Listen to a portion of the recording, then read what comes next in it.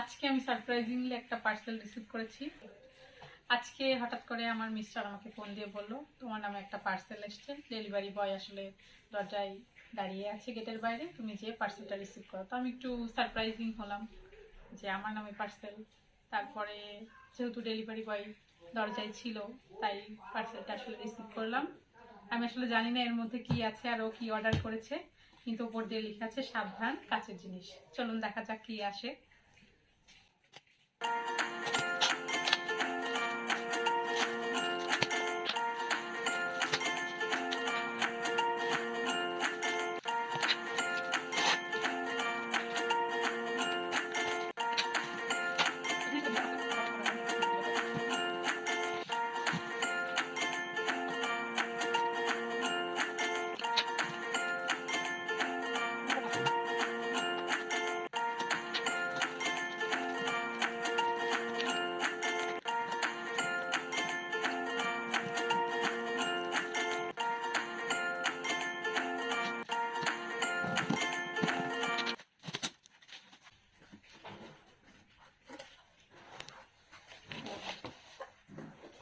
সুন্দর করে র্যাপ করা,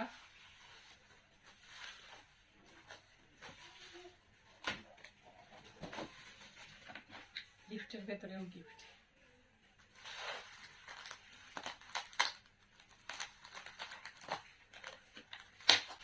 মনে হয় আসলে গিফটটা কি আমি একটু আইডিয়া করতে পারছি, যদিও সম্পূর্ণ এটা আমার ধারণা।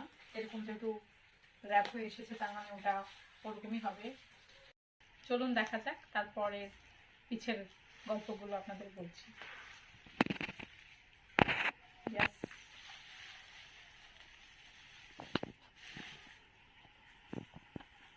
হ্যাঁ, এটা আসলেই তাই যেটা আমি ভেবেছিলাম। যে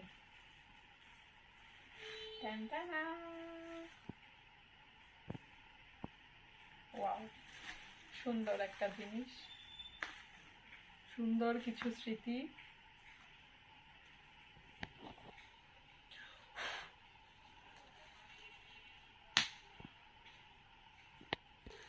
আচ্ছা, চলুন আপনাদেরকেও একটু দেখায় আসলে জিনিসটা কি। এটা একটা ফটো ফ্রেম, তবে দেখুন ছবিগুলো।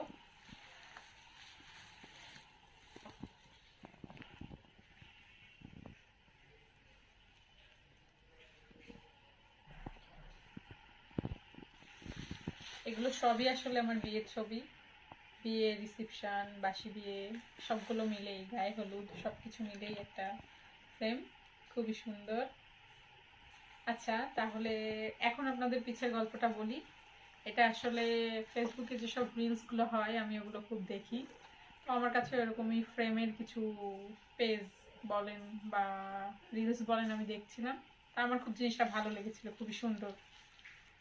তো আমি যে আসলে দেখেছিলাম সেটা হয়তো বা আমার মিস্টার খেয়াল করেছিল, আর আমি জানতাম না ও সেটা নোটিস করেছে, প্লাস সেটা যে অর্ডার করবে বা এরকম কিছু। আমি শুধু দেখছিলামই, আমি তাকে বলিনি যে এটা আমার চাই বা আমার খুব পছন্দ হয়েছে। তো তারপরেও সে আসলে আমার জন্য এটা অর্ডার দিয়েছে, যে কারণে আমি খুবই খুশি।